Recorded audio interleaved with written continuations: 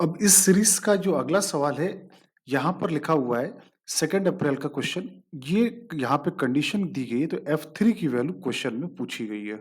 तो F3 की value यहाँ पे निकालने के लिए जो हमें यहाँ पे कंडीशन गिवन है इस क्वेश्चन में, सबसे पहले तो लग रहा है कि यहाँ पे लेबनिज लगानी चाहिए। लेबनिज का मतलब क्या होता है? इंटीग्रेशन का डिफरेंशिएशन। तो अगर इसको हम डिफरेंशिएट कर दे तो डिफरेंशिएट करेंगे कैसे? देखो यहाँ लिखा है 10, फिर क्या होता है? Apply upper limit, apply upper limit into derivative of the upper limit. तो x का डेरिवेटिव कितना आ गया?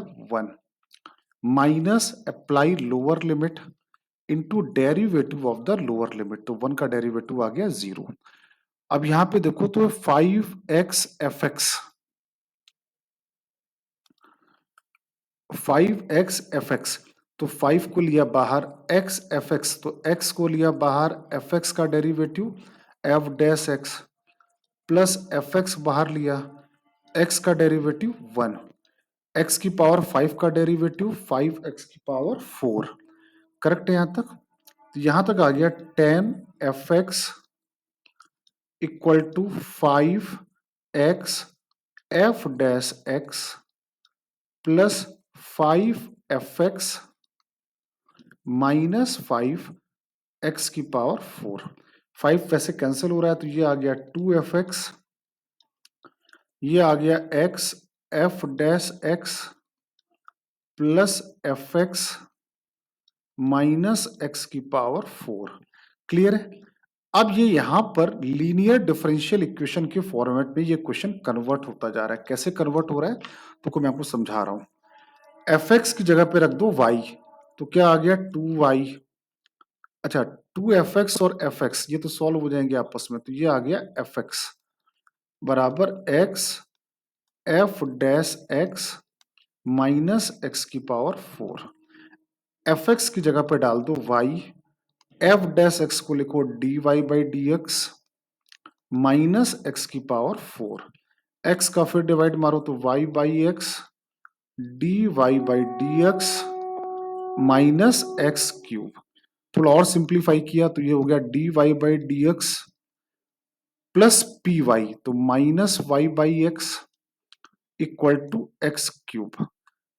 इसको यहां ट्रांसफर किया और इसको यहां ट्रांसफर किया।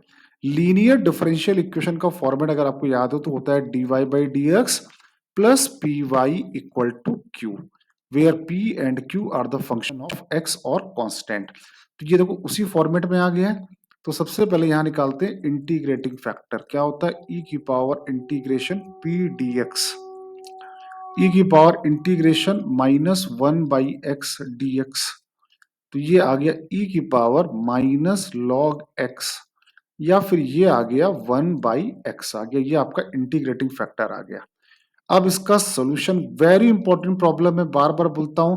लीनियर, अगर आज तक 100 सवाल आए होंगे इस चैप्टर में, मतलब डिफरेंशियल इक्वेशन में, तो 90 सवाल लीनियर डिफरेंशियल इक्वेशन के ही होंगे। तो सोल्यूशन क्या होता है? y इंटू इंटीग्रेटिंग फैक्टर बराबर integration q into integrating factor dx। तो y इंटू इंटीग्रेटिंग फैक्टर क्या हो गया? 1 by x.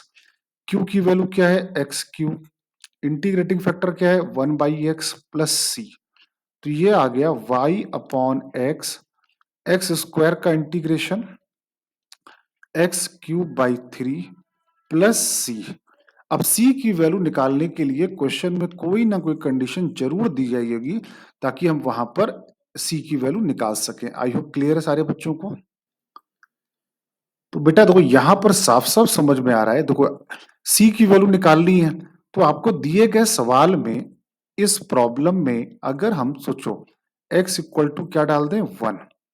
x equal to 1 डालेंगे तो ये तो बन गया 0, क्योंकि लिमिट 1 से जाके 1 तक आएगी।